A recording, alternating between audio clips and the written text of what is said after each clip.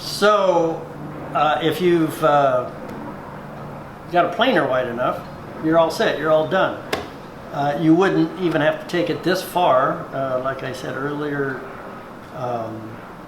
you can just take the high spots down until you get a nice solid reference on your planer bed, enough that the board doesn't flex, and you can run it through, get a clean side and flip it over, and then clean up the hand plane side. I've taken it all the way down to the smoothing plane on this side, and if you don't have a planer wide enough for your board, you're going to have to make it parallel and do that by hand. So in this case, I'm going to try and get the thickest board I can out of it. If you've got a specific thickness, you'll have to just mark it at that thickness and plane it down, which could be a lot of it. In this case, I'm going to try and take off as little as possible. So this becomes a reference side. And you can take a marking gauge or, your ruler and go around. I'm going to try and take off the minimum amount. So you have to kind of find the thinnest part of the board. And sometimes, and if you look at antique furniture, you'll see that they did this. They only took off enough to get a solid reference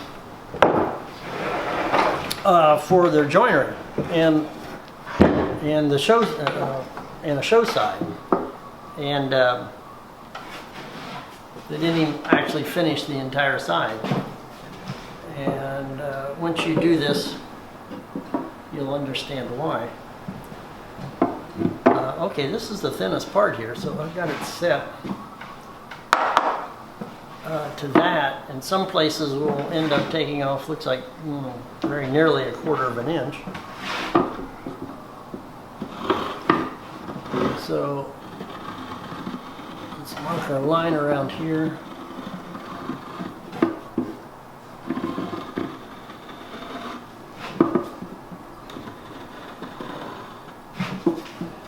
Bad mark.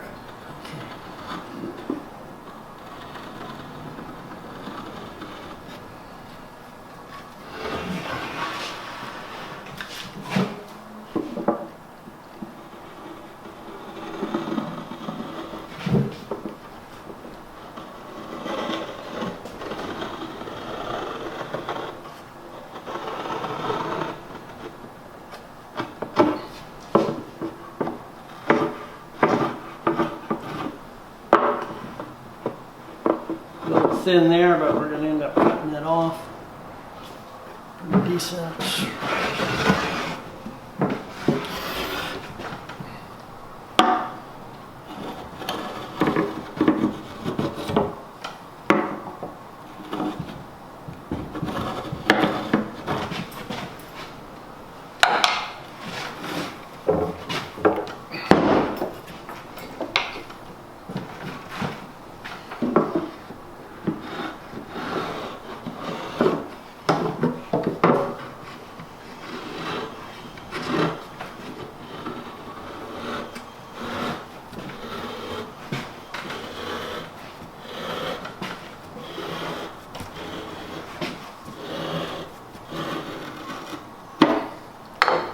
Okay, so you can see here, almost down to minimum thickness here. We have to take this much off. A little bit less on this side over here.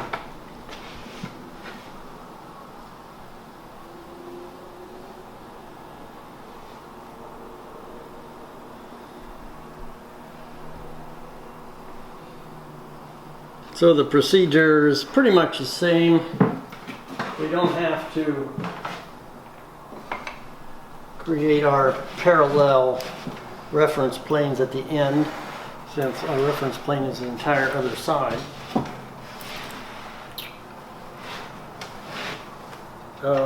We start at the high spots.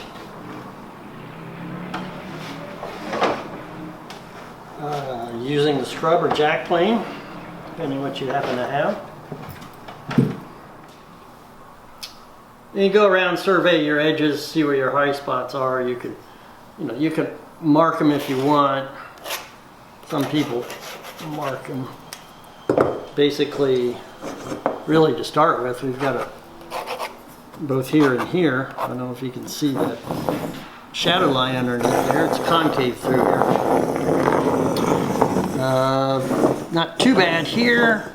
Pretty flat through there. And when you look at it, I think it's pretty close to the lines. And actually a little convex through this crack down here. And you have to take this corner down, so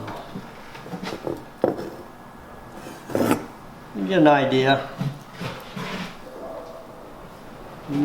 As usual, I'm going to start with the jack plane. Start with the scrub plane. This requires user input. It's not self-jigging. So,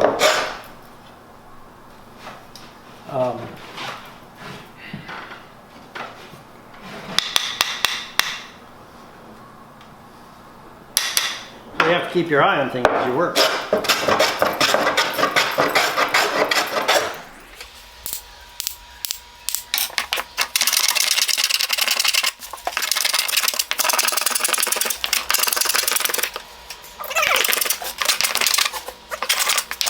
Work down here with the scrub plane. I'm almost down to my lines, and I have still a considerable hollow here, which would take me past my lines. So I think I was being optimistic on how much I would have to take off. I'm going to have to take off I'm probably going to have to move that mark that was on the edge maybe as much as 1/4 of an inch. So I'm going to remark the edge of the board.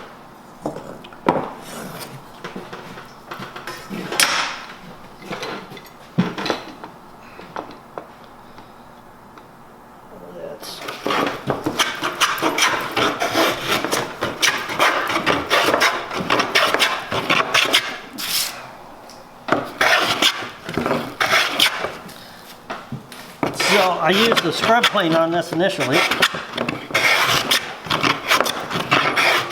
and you can see the difference. This is the scrub plane with that 1/4 inch of curvature on the blade. This has about a 1/16, and you can see already how much it's flattening out the board. Now this side over here needs a little extra work. Take it down, check it with the planes high here, so we can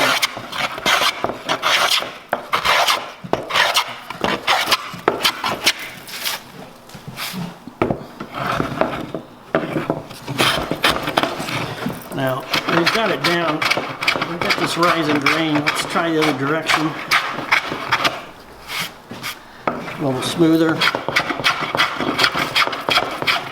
Yeah. That's pretty good.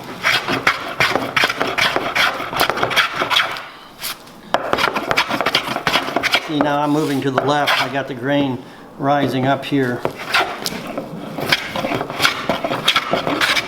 I'll move to the left. Helps reduce tear up.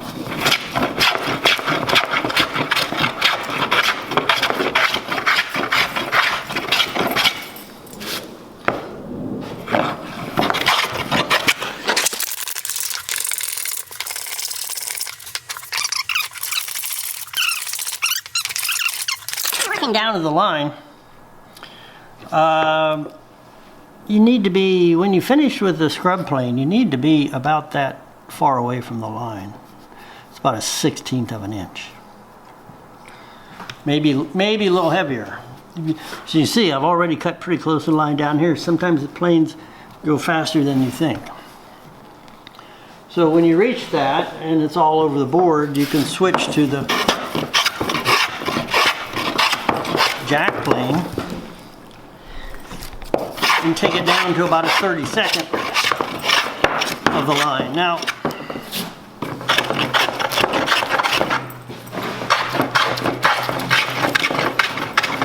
and I'm doing the same thing on this side.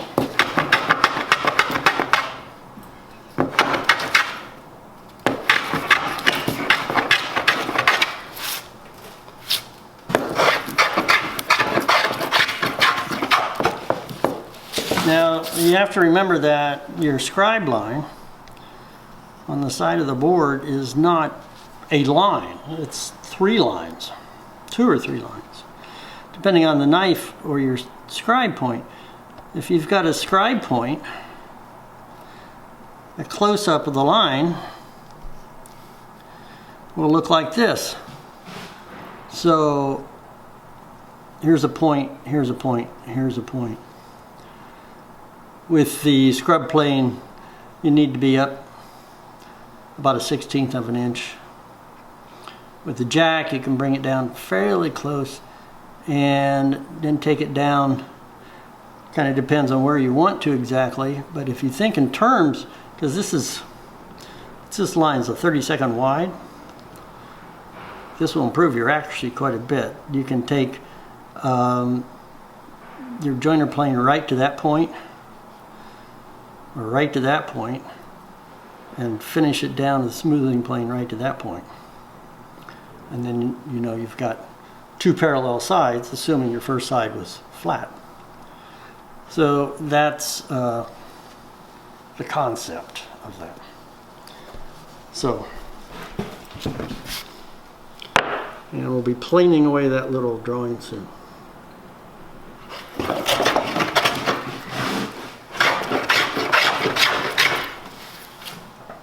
For the moment, this one I think is set really fine. Let's see. Yeah.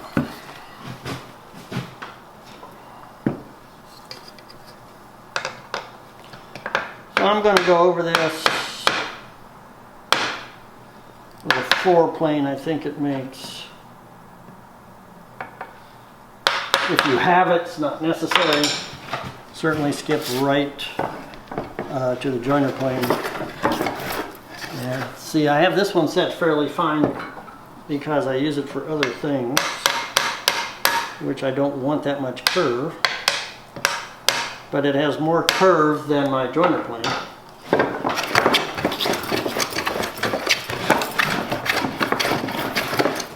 Definitely. Yeah. Now if I were using my joiner plane at this point, I think I can actually probably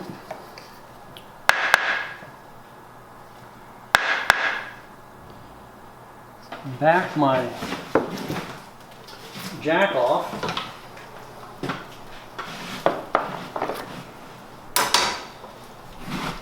Yes, definitely, and go over this.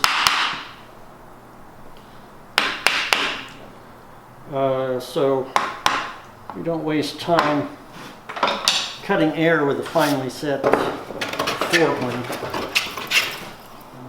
So someplace in between here.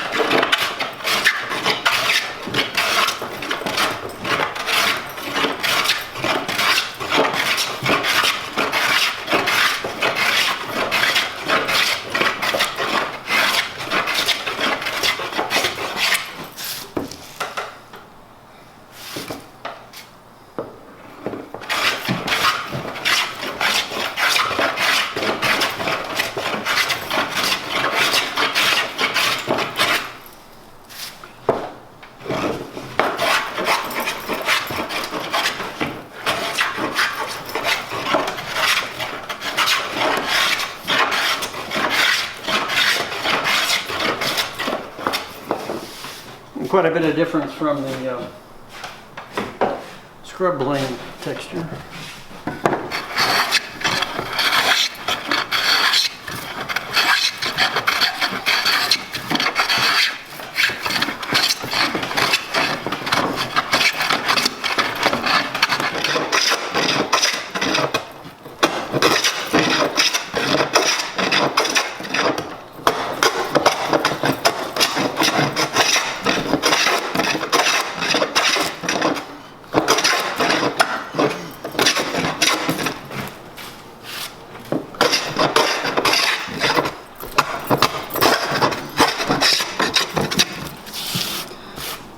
Now we do have huge tear out here, but I'm not concerned because we're a ways away. We can also probably work a little bit back in this direction.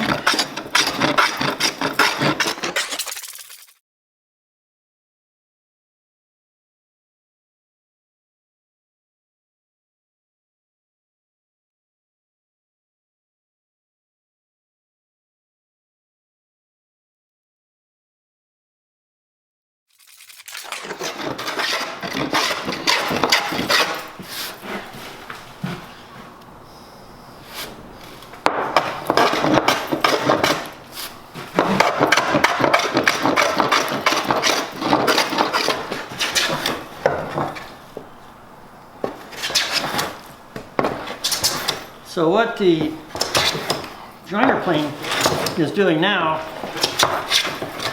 is catching the ply spots, which is its job. Its long length bridges the low spots, cuts the high spots, brings everything down to level. So mostly this plane is used with the grain. Get that leveled off, you're getting that full width, full length shaving off the joiner plane along the board. You can move ahead to smoothing plane.